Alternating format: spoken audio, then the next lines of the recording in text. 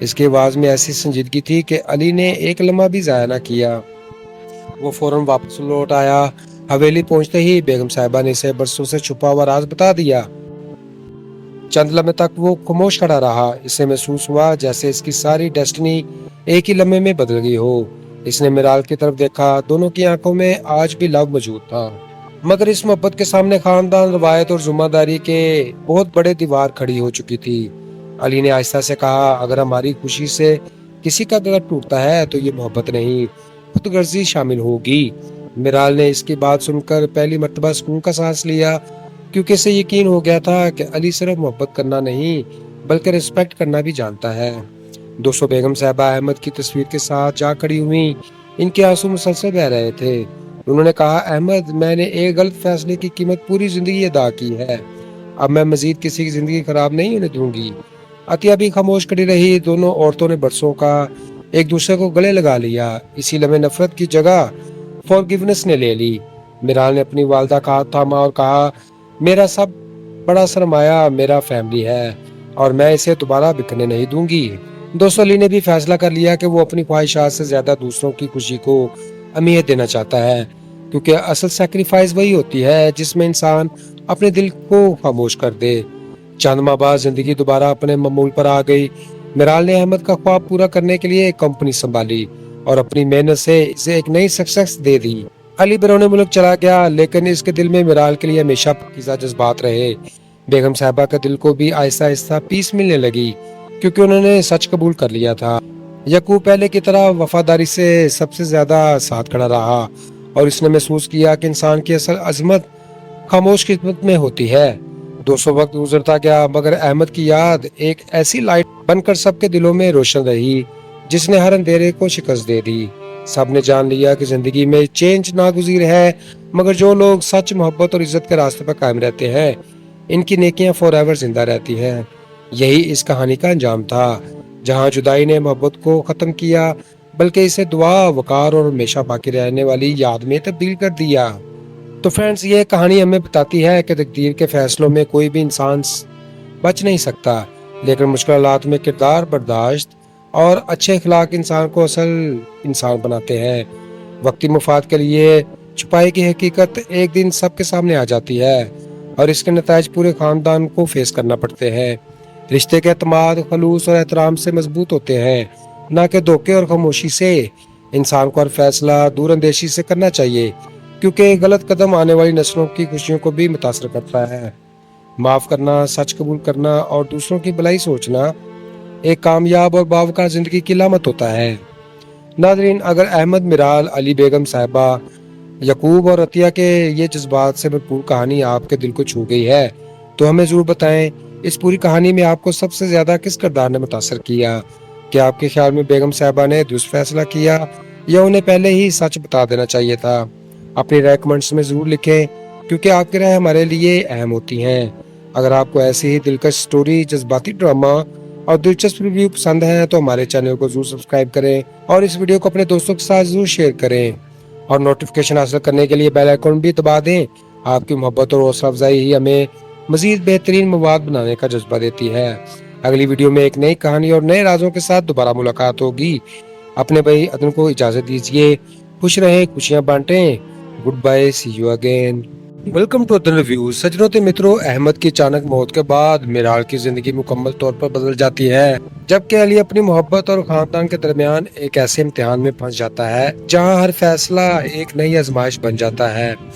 دوسری طرف بیگم صاحبہ برسوں سے چھپے ہوئے راز کو دل میں لیے ایک ایسا قدم اٹھاتی ہیں جو سب کی قسمت بدل دیتا ہے۔ یعقوب خاموش رہ کر بھی ہر حقیقت کا گواہ بنتا ہے، اور عطیہ ماضی کے زخموں کے ساتھ حال کا سامنا کرتی ہے۔ کیا ٹروتھ سب کچھ بدل دے گا؟ کیا لو اپنی منزل حاصل کر پائے گا؟